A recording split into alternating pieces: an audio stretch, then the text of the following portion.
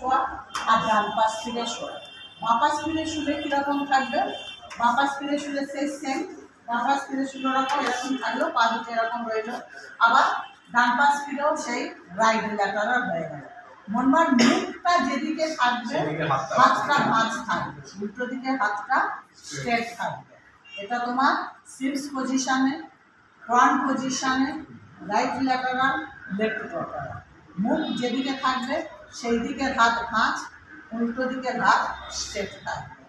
পাও সেম তাই, সিক্স পজিশনে মুখ যেদিকে থাকবে হাত ভাঁজ থাকবে, পাটা বেশি গ্যাপ হবে আর এই পাটা স্ট্রেট হবে। এটা সিক্স পজিশনে।